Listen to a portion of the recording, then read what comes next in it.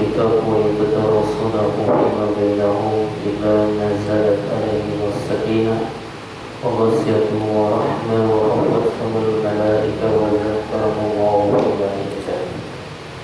اللهم إني أسألك بأن لك الحمد لا إله إلا أنت وحدك لا شريك لك المنان بديع السماوات والأرض يا ذا الجلال والإكرام يا حي يا قيوم. رب اشرح لي صدري ويسر لي أمري واحلل عقدة من لساني يفقهوا قولي. Alhamdulillah, syukur kepada Allah atas segala nikmat yang Allah limpahkan kepada kita semua. Di mana pada malam hari ini kita diberi kemudahan untuk melangkahkan kaki kita ke majelis ilmu yang menjadi taman-taman surga yang ada di dunia. Maka kedatangan kita ke rumah Allah ini menjadi satu keutamaan yang besar, bahkan lebih dari dunia beserta isinya. Sallallahu alaihi wasallam menjadi kepada Rasulullah Muhammad sallallahu alaihi wasallam, lalu juga untuk keluarganya, para sahabatnya, dan seluruh umatnya yang senantiasa istiqomah mengikuti jejak-jejak risalahnya hingga yaumul qiyamah. Saya semoga Bapak sekalian Bapak Hidayah rahimahullah dalam keadaan sehat walafiat, sehat lahirnya maupun batinnya, di mana majelis ilmu ini menjadi satu keutamaan yang besar. Dalam satu hadis dari Al-Munzir, Rasulullah mengatakan, man qada ila masjid, barang siapa yang datang ke masjid, la yuridu ila ayata'allama khairan, tidak ada keinginan kecuali untuk belajar kebaikan, atau ya'alimahu, atau dia mengajarkan kebaikan. Maka kata Rasulullah, kana lahu ajri hajjin taman hazatuhu, maka hajinya di majelis ilmu itu menjadi satu keutamaan sampai disamakan dengan orang yang berhaji. Jadi langsung berhaji, datang ke taklim, dapat pahala haji. Bahkan hajjatan hajjatu, haji yang sempurna kebaikannya. Maka luruskan niat kita agar kita bisa senantiasa istiqomah di dalam menuntut ilmu ini, agar kebaikan-kebaikan yang Allah turunkan dari Al-Quran maupun Sunnahnya bisa kita realisasikan dalam kehidupan. Pada kesempatan di petang hari ini kembali kita mencoba untuk mengkaji satu tema terkait beberapa hari lagi kita akan bertemu bulan Dzulhijjah. Dzulhijjah salah satu bulan haram, yang dimana bulan haram ini memiliki keutamaan dari bulan-bulan yang lainnya. 3 bulan berturut-turut itu adalah Dzulqa'dah, Dzulhijjah, Muharram, itu bulan haram semua. Bulan lainnya apa? Rajab. Jadi bisa sendiri Rajab. Dan di bulan haram ini, khususnya bulan Dzulhijjah, Allah memberikan satu keutamaan, yaitu hari raya umat Islam Idul Adha. Dimulai dari tanggal 1 sampai tanggal 10, sampai Allah sebutkan di dalam surat Al-Fajr, Allah katakan wal fajri wal layalin 'ashr, demi waktu fajar. Jadi kalau Allah mengawali dengan kalimat waw qasam, jadi waw qasam itu wallahi tallahi billahi, jadi Allah bersumpah dengan nama yang Allah buat itu sendiri. Jadi kalau kita nggak boleh cukup wallahi saja, demi Allah, nggak boleh demi nenek moyang, demi bumi dan langit, lah, tapi kita hanya disuruh bersumpah dengan demi Allah. Nah, ada kabar gembira ya setelah Allah menyebutkan kalimat fajar dan walayali asar, dan di dalamnya ada 10 hari yang ganjil maupun yang genap, punya keutamaan Pak. Sampai kalau kita lihat tafsirnya, keutamaan ini dijelaskan oleh Imam Bukhari di dalam kitabnya terkait apa? 10 hari yang begitu besar keutamaannya, kalau antum beramal soleh di 10 hari itu. Di dalam satu hadis Nabi mengatakan seperti ini, "Bagi ayyamin, tidaklah ada hari-hari al-amal soleh, ketika seorang itu beramal soleh, ahabbu ilallah, dan amal itu dicintai Allah, Pak, min hajjil ayyam, daripada hari-hari yang lainnya." Bahkan ada yang mengatakan keutamaan ini bisa mengalahkan Ramadan. Masya Allah, 10 hari pertama ya. Karena ada yang mengatakan ini keutamaannya lebih dahsyat lagi. Sampai apa? Di dalam hadis tersebut, saking utamanya seorang beramal soleh di 10 hari bulan Dzulhijjah, sampai Rasulullah mengatakan yakni ayyamul asr, yaitu 10 hari di bulan Dzulhijjah. Saking utamanya amal di tanggal 1 sampai 10 tersebut ya. Sahabat nanya, "Ya Rasulullah, walau jihad fisabilillah, apakah amal jihad juga nggak bisa ngalahin amal di tanggal 1 sampai 10 itu?" Walau jihad fisabilillah, walau orang tersebut berjihad di jalan Allah. Kita paham ya, orang jihad itu pahalanya besar. Antum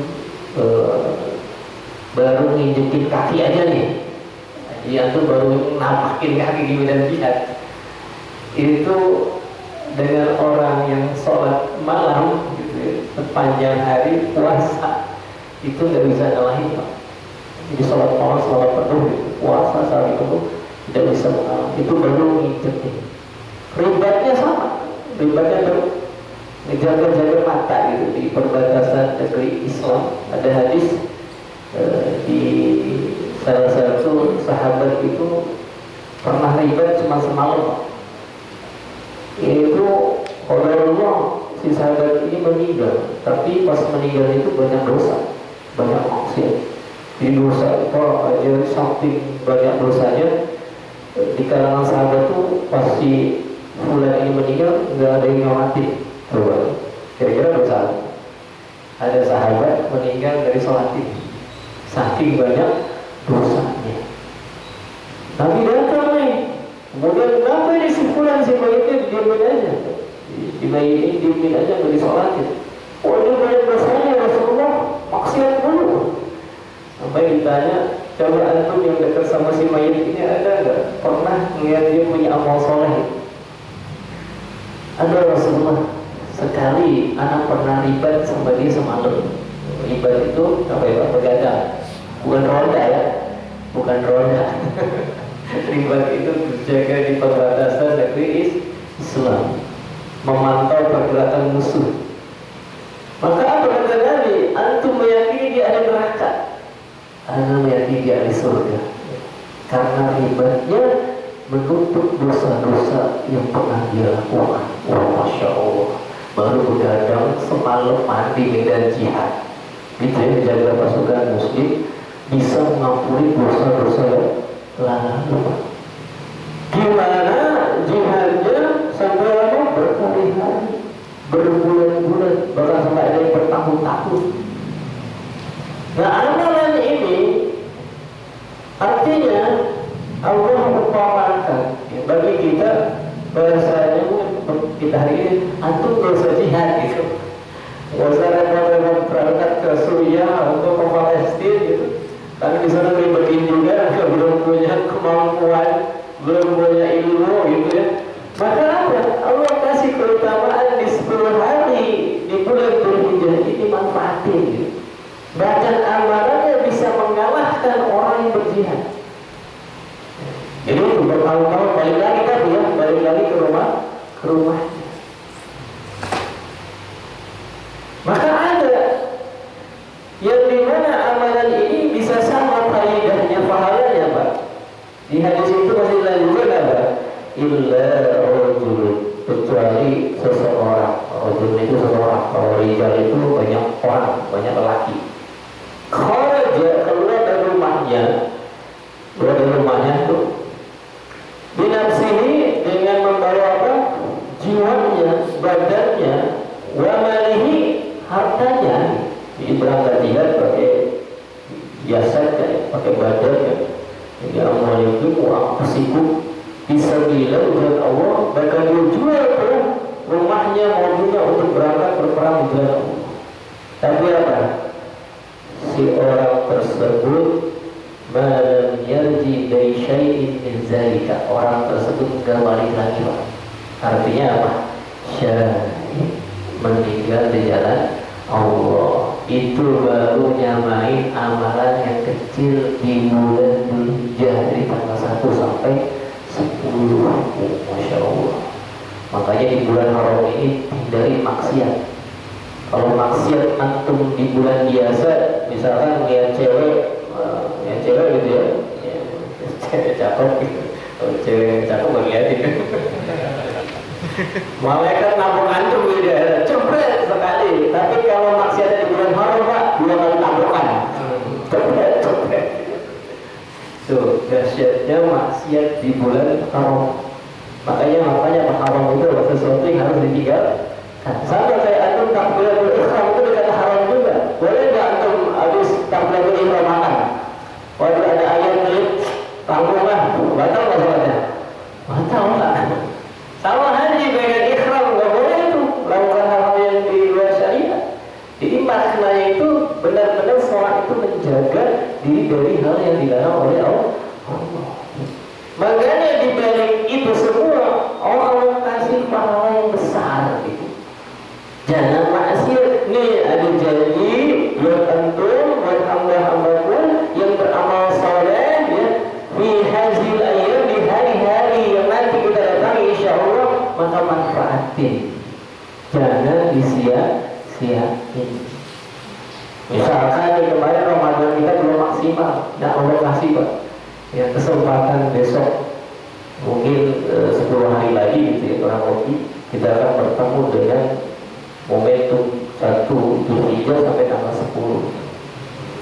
Dan untuk mendapatkan janji Allah tersebut butuh yang namanya apa?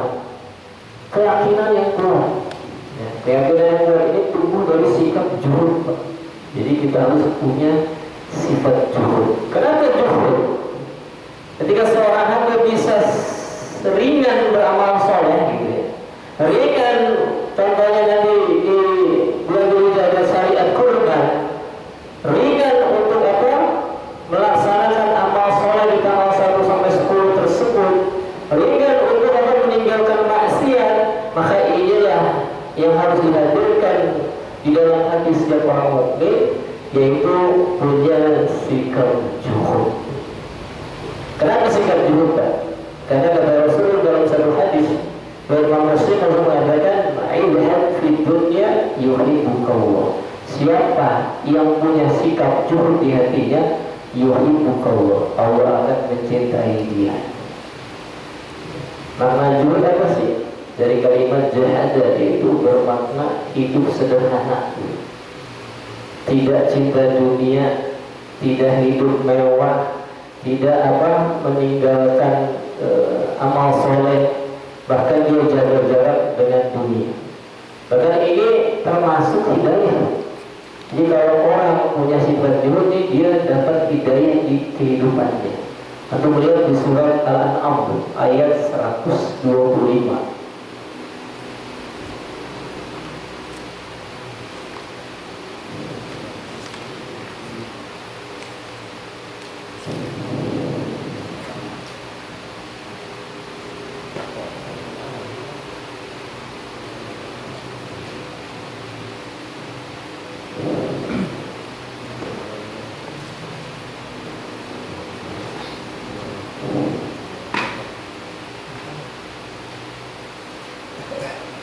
Saya mau baca.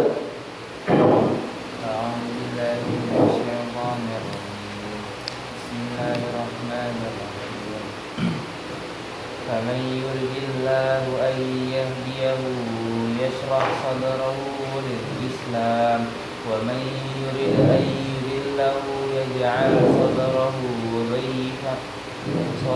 ضيقا حرجا كأنما يصعد في السماء كذلك يجعل الله الرجس على الذين لا يؤمنون. Barang siapa dikehendaki Allah akan mendapat hidayah, petunjuk, dia akan membukakan dadanya untuk menerima Islam. Dan barang siapa dikehendakinya menjadi sesat, dia jadikan dadanya sempit dan sesat, seakan-akan dia sedang mendaki ke langit. Demikianlah Allah menimpakan siksa kepada orang-orang yang tidak beriman. Nah, yang ini menjelaskan terkait orang yang butuh hidayah, Pak. Jadi hidayah itu ada dua ya, ada hidayah itu taufik, ada hidayah itu Islam. Kalau hidayah itu Islam, orang dari Nasrani, non-Muslim masuk Islam. Tapi hidayah itu taufik itu hidayah untuk dibimbing bisa beramal ketika sudah Islam. Istiqomah, khusus nanti korban atau dibimbing tuh bisa berkorban itu atas hidayah Allah. Ada orang yang mobilnya mewah, boro-boro korban gitu ya, malah beli arang doang, ngantri. Ya, mobilnya malah harga ratusan juta, ya, kambing 3 juta nggak dibeli demi apa? Demi mencari keridhaan Allah. Nah itu hidayah namanya. Tapi ada orang yang miskin, bahkan dia lihat kurban, dia nabung sehari 10.000 gitu. Biar tahun depan bisa beli kambing, ada Pak. Saking apa? Hatinya terpaut dengan syariat Allah. Nah Allah katakan, "Faman yuridillahu", barang siapa yang Allah kehendaki, ayahdiyahu, yahdi itu hidayah, maksudnya yasrahu sadrahu lil Islam, di dalam dadanya itu diberikan petunjuk Islam, maka apa? Allah berikan yang namanya kelapangan. Jadi hati itu arah pandangan Allah. Jadi kalau antum hatinya dapat hidayah, dikasih kelapangan untuk menerima syariat.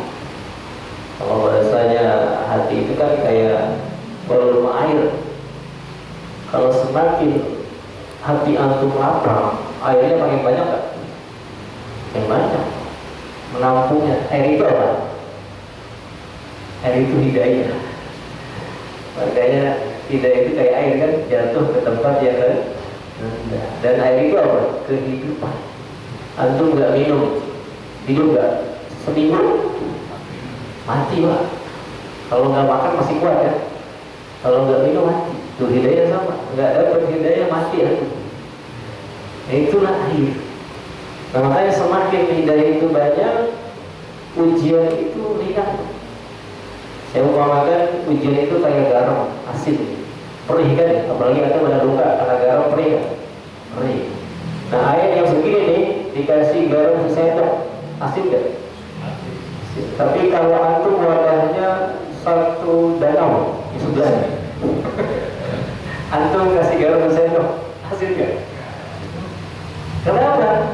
Bisa difilter, diresapi, dihilangkan, dinaturalisasi. Kenapa? Karena luas, lapang. Nah orang yang dapat hidayah itu adalah lapang ketika menerima syariat. Nggak banyak tanya, nggak banyak mikir logika, nanti gimana ya, nanti gimana ya, nanti gimana ya. Banyak mikirin nanti. Padahal besok belum tentu menjadi miliknya. Usia kita tuh hari ini Pak. Maka lakukan terbaik hari ini. Hari esok tidak akan kembali. Hari ini harus kita syukuri dengan amal soleh, dan hari esok itu hari kemarin tidak akan kembali. Hari esok harus kita banyak doa, minta agar Allah berikan kemudahan. Karena ketika kita diajarkan satu hidayah, sampai sahabat bertanya ketika dalam ayat ini, bertanya kepada Rasulullah, "Wa ma alamatu zalika ya Rasulullah?" Apa sih ciri orang yang dapat hidayah? Hidayah taufik tadi. Maka apa kata Nabi? Cirinya 3. Orang itu dapat hidayah setiap harinya. Pertama apa? Dia akan semangat mengejar akhirat. Dia berpacu dalam mengejar akhirat, tentu dengan amal soleh. Kesempatan kurban, mau berangkat, padahal niat mau ganti HP, nggak jadi. Mau ganti raket, nggak jadi. Mau ganti motor, nggak jadi. Bismillah, syukur yang ada, saya ingin dekat dengan Allah dengan berkurban. Makanya kurban itu dari kalimat qurba yakhrubu, kurbanan. Kurbanan itu apa? Dekat. Jadi orang yang berkurban itu dia mencoba mendekat diri kepada Allah. Ini qarib, bukan ba'id. Kalau ba'id kan jauh gitu ya. Jadi ketika dia dapat hidayah terkhusus di bulan Haram ini, dia akan berpersiapan besok saya yakin mau berkurban. Walaupun sekarang duitnya belum ada Pak. Bismillah, niat aja. Ya.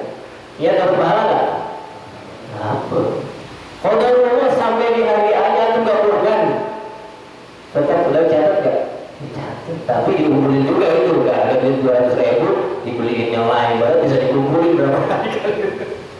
Jadi niatnya benar, bukan sekedar keinginan yang euforia gitu. Jadi kalau niat yang kuat itu ada azabnya, ada tindakannya, ada realisasinya. Maka siapa yang dapat hidayah di bulan Ramadan ini, maka dia akan semangat mengejar akhirat. Apa mengejar akhirat? Momentumnya nanti ada di bulan Dzulhijjah, dia akan siapkan harta terbaik untuk bisa membeli hewan kurban. Karena amal soleh itu Pak, yang ketika kita meninggal itulah yang menemani kita. Pintu harta yang ketika Allah berikan itu ada 5. Ada zakat, ada infak, ada sedekah, ada wakaf, ada kurban.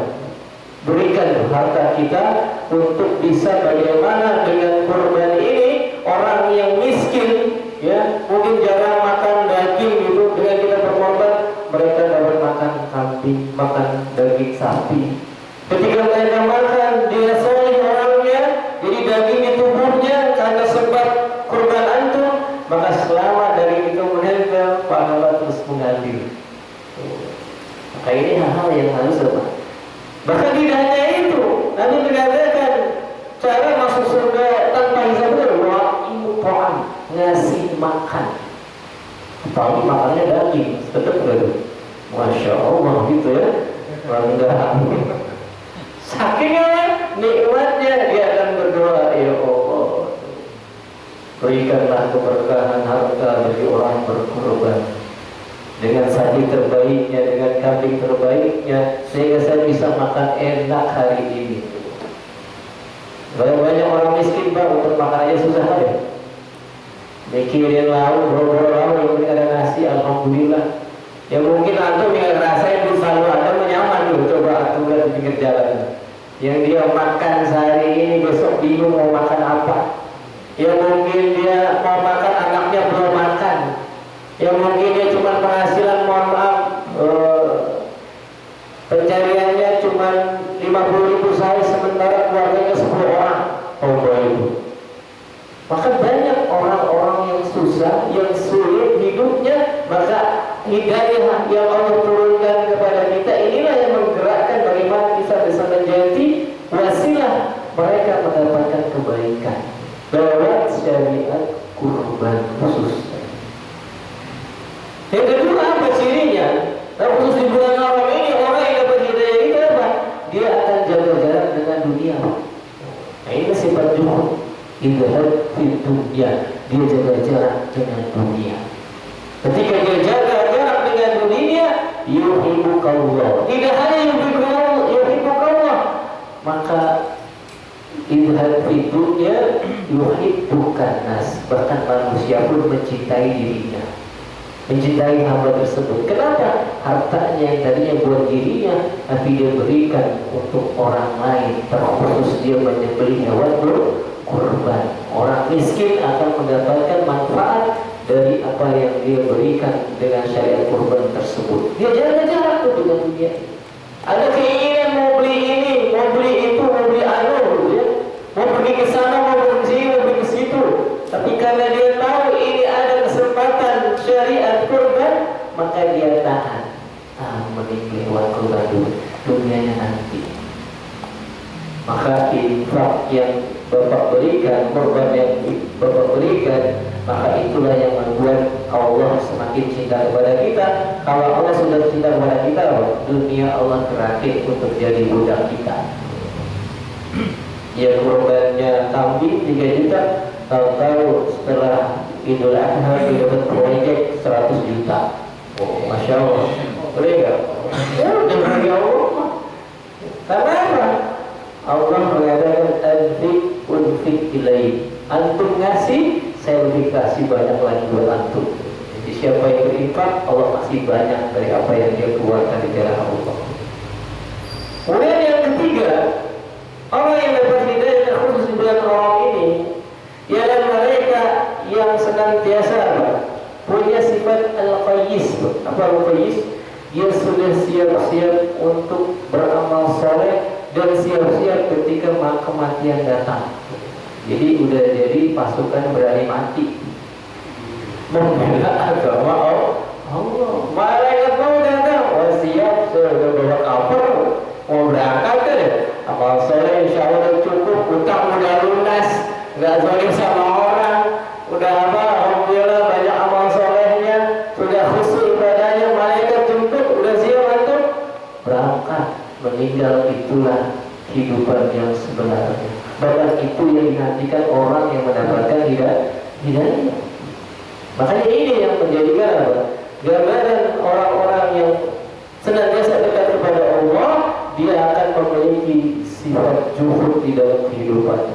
Semakin dia zuhud kepada Allah, maka dunia semakin mendatanginya.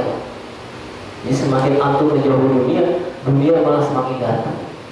Dunia semakin menari-nari, dunia semakin melayani kita di dalam program proyek mencari kebaikan nilai-nilai akhirat. Contohnya apa? Ketika Allah sebutkan, ketika si fulan dia yakin dengan apa yang di sisi Allah itu yang abadi, atau melihat di surat An-Nahl ayat 96. Jadi orang yang zuhud itu dia yakin apa yang di sisi Allah. Karena yang apa yang di tangannya itu akan lenyap, akan habis, akan hilang, akan binasa, akan fana. Ada hal yang sudah benar. Kata Allah, ma'indaka, apa yang ma'indakum, apa yang di sisi kalian, yang fadu, akan lenyap. Wa ma'indallah, dan apa yang di sisi Allah, itulah yang bakal abadi, kekal selama-lamanya. Jangan sampai musim sepeda beli sepeda 10 juta, ya, 20 juta, musim batu akik, batu air dapat 5 juta, musim burung murai 8 juta, 10 juta, musim kurban beli tusuk sate, beli arang, aduh ngantri lagi. Bahkan kalau jadi bagi panitia bersaing, ini jatah gua, hati-hati. Maka yang ini, apa yang di sisi Allah itu yang abadi, Pak. Ketika kita mengeluarkan ya harta kita untuk berkorban, maka semakin dekat kita dengan Allah dan semakin nikmat ibadah kita. Jadi nggak ada rasa itu tumbuh kecuali dengan amal. Antum sama istri dulu waktu sebelum nikah pasti kenalan dulu kan ya? Kenapa antum menikahi istri antum tanya? Karena kenal, tumbuh cinta. Ada nggak pernikahan tanpa cinta? Jarang. Pasti karena tak kenal maka dulu banyak itu. Tak kenal maka tak aruf ya. Walaupun mungkin antum nggak cinta waktu nikah, tapi berjalannya tumbuh cinta nggak? Karena sering berjalan bersama, tumbuh cinta. Sama, ketika kita ingin dekat dengan Allah, banyaklah berkhulwat, berduaan sama Allah dengan amal soleh, maka rasa itu akan terus tumbuh. Kalau rasa itu sudah tumbuh, berpisah, merasa sedih gak? Sedih. Aduh, tumbuh kesiangan, aduh, gak datang pengajian ini, aduh, gak baca Quran hari ini. Jadi ada rasa gelisah. Alhamdulillah, kalau nyaman bahaya Pak, hati-hati. Antum subuh kesiangan, pengajian sering lewat, sholat sering lalai, tapi merasa nggak khawatir, itu udah indikasi di hati kita ini sudah keras. Kalau bahasa bibir mah tuh sariawan gitu. Kalau sariawan minumnya enak, malah nikmat apa sakit Pak? Itu minum nih, yang manis-manis tapi sariawan ya nikmat. Nah itu, kadang ibadah itu gak nikmat bagi orang yang sakit. Yang sakit hatinya. Tapi orang yang sehat, dia ketika kehilangan dia akan sedih. Makanya seorang Utsman bin Affan saja ini mengatakan konteks hati bersih itu apa? Lama takhurut qulubukum. Jadi kalau hati kalian bersih, lama sami'at min kalami rabbikum. Kalian akan banyak dekat berlama-lama dengan kalami rabbikum, Al-Qur'an. Jadi kalau hati kita sehat, kita akan bisa berlama-lama dengan Al-Qur'an. Yang Al-Qur'an apa? Sholat. Itu ma'u ila ilaika kita wa aqimi sholat. Jadi hasil dari antum baca Quran baik sholatnya. Kalau sholat sudah baik, maka baca Qurannya benar. Lah kalau kamu baca Quran gimana? Buru-buru sholatnya benar, pasti karena jauh dari Quran, maka sholatnya pun akan menjauh. Maka ini pintu yang harus kita datangkan dengan hidayah. Itulah Allah jadikan kita yang seorang hamba yang yakin apa yang di sisi Allah itulah yang abadi, yang di sisi manusia itu akan binasa. Kita lihat lagi ayatnya di surat Al-Qasas ayat 79 dan 80. Di situ ada orang yang satu juhud, yang satu lagi lawannya juhud apa? Hukum dunia.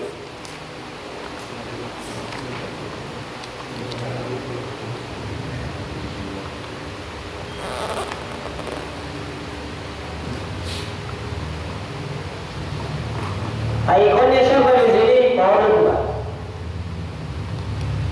Nah, di sini ada dua golongan, yang satu selamat, yang satu binasa. Apa kata Allah di ayat 79-nya? Fakharaja Qarun ala qaumihi. Keluarlah Qarun di tengah kaumnya, Pak. Fi zinatihi, dengan segala kemegahan perhiasan yang dimilikinya. Sampai kalau kita baca tafsir, Qarun itu keledainya aja bajunya emas. Bayang yang keren kan? Kalau sekarang kredit sih mobilnya aja emas. Mobilnya emas, ada di Raja Arab, mobilnya emas, real emas. Saking kayanya. Bahwa jadilah Qarun dengan perhiasan dunianya, ya. Maka berkata nih orang yang hubung dunia, cinta dunia, Pak. Atau bahasa kerennya mah followernya Qarun, ya. Kalau kita sering nge-follow kredit kan ya, di follow, tahu statusnya ngapain dari di mana perbedaannya. Maka ini follower Qarun. Apa ucapan follower Qarun di ayat ini? Qala alladziina yuriduna al-hayata dunya. Berkatalah orang yang cinta dunia, yang dia selalu hidupnya menghindari kesenangan dunia. Apa ucapannya? Ya laita lana mithla ma utiya Qarun. Moga-moga kiranya saya mempunyai harta apa yang seperti Qarun miliki. Dia fans. Makanya dalam hadis Tirmizi, Pak, di dalam ilmu manusia itu dibagi 4.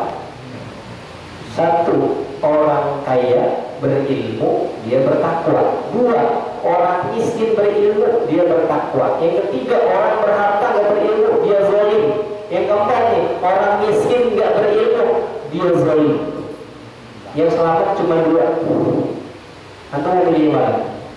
Kaya berilmu, bertakwa. Miskin berilmu, takwa. Kaya nggak punya ilmu, istidraj. Ya kamu berarti udah gak kaya, udah miskin. Nah ini golongan-golongan orang ini ngapainnya sama orang kaya tapi dia miskin. Kagak kaya-kaya, tapi cita-citanya apa? Enak kayak artis jalan-jalan ke Bali.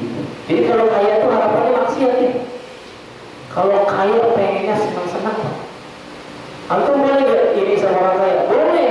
Irinya sama yang pertama tuh, kayak Abu Bakar, kayak Abdurrahman bin Auf, kayak Utsman bin Affan, ya.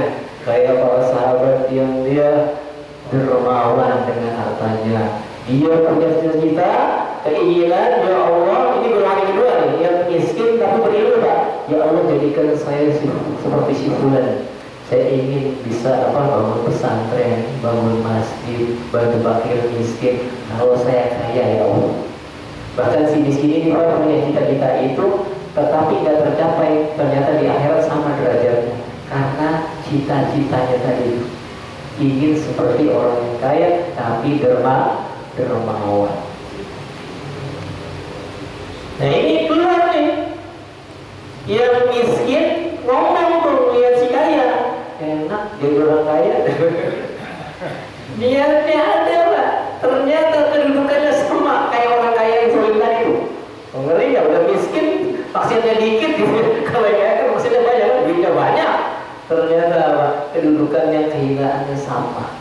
Gara-gara cita-cita dunianya yang rendah, dia azamkan untuk bisa seperti orang kaya yang banyak maksiatnya. Tetapi lihat nih, di ayat 80-nya, wa qala alladziina utul ilma, berkatalah orang yang dapat hidayah. Ilmu tadi kan saya katakan hidayah seperti air. Apa yang diucapkannya orang berilmu ini yang dapat hidayah tadi? Salamullahi khairul liman amana wa amila shalihan.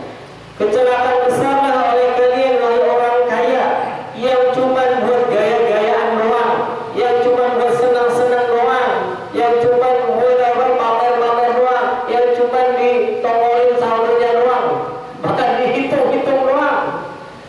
Bahkan merendahkan orang yang miskin.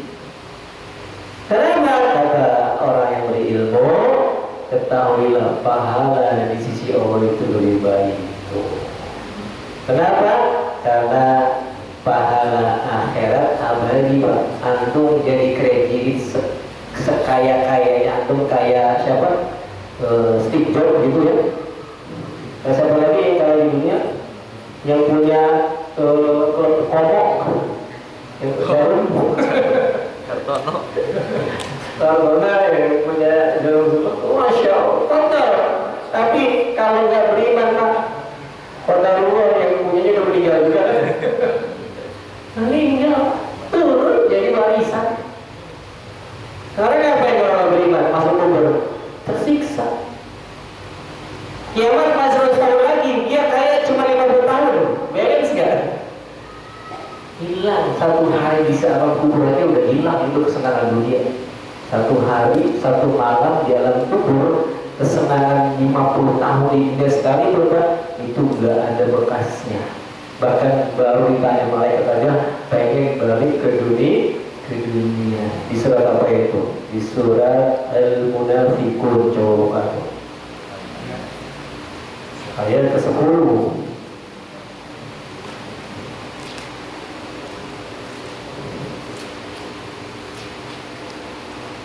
Karena apa? Dulu punya hartanya dia tahan, tidak mau korban, tidak mau infak, tidak mau zakat, tidak mau sedekah, tidak mau wakaf. Maka penyesalannya nanti ketika ajal sudah datang. Allah katakan, wa anfiqu mimma razaqnakum min qabli an ya'tiya ahadakumul maut. Dan belanjakanlah sebagian dari apa yang telah kami anugerahkan kepada kalian harta sebelum datangnya maut, kematian. Makanya kita hidupnya pasar masih buka Pak. Kita ini lagi bisnis sama Allah. Salah satu bisnis sama Allah itu apa? Infak, sedekah, wakaf, zakat, kurban. Maka berikan harta itu jalan Allah. Tadi kayak jelek lewat rumah sedekah majelis, kasih yang terbaik. Jangan ada duit 50.000, 100.000, 20.000, 10.000, goceng 2.000, dicabutnya 2.000. Akhirat itu belum kerasa Pak. Kalau kerasa ada sernya itu ya yang 50.000 gitu ya, itu baru tuh teruji imannya gitu ya. 20.000 nanti dicintai, lah kalau 2.000 parkir aja ada apa? Kurang, ke toiletnya segitu. Nah ini Allah katakan tuh, Berkatalah orang yang mau meninggal nih, wa yaqulu rabbi laula akhartani ila ajalin qarib. Ya Allah, tahan sebentar ya Allah, jangan wafatkan saya dulu ya Allah. Fasadaqtu, saya mau sedekah ya Allah, aku minas sholihin. Niscaya saya akan termasuk orang soleh. Kenapa yang disesali sedekah? Bukan sholat, bukan puasa, bukan haji, bukan ngaji. Karena sholat itu paling simpel. Kenapa simpel? Antum tinggal masuk di banking, kirim, klik, sampai gak? Tidak. Tapi kalau kita tidak memberikan hal terbaik, kita akan menjadi orang-orang yang menyesal. Baik, karena waktu juga ya, ini hikmah bagi kita semua. Mari hadirkan sikap zuhud di bulan Ramadan ini, maksimalkan dengan apa yang Allah amanahkan harta kepada kita. Jangan bakhil, karena bakhil itu sifat setan, dan setan selalu membuat was-was kita untuk jauh dari Allah, untuk cinta dunia. Bukan bermanfaat, yang dari Allah yang saya sebut tadi adalah waktunya ini. Wassalamualaikum warahmatullahi wabarakatuh. Terima kasih banyak Pak Mizan atas materinya pada malam hari ini. Semoga bisa menjadi bahan evaluasi dan pembelajaran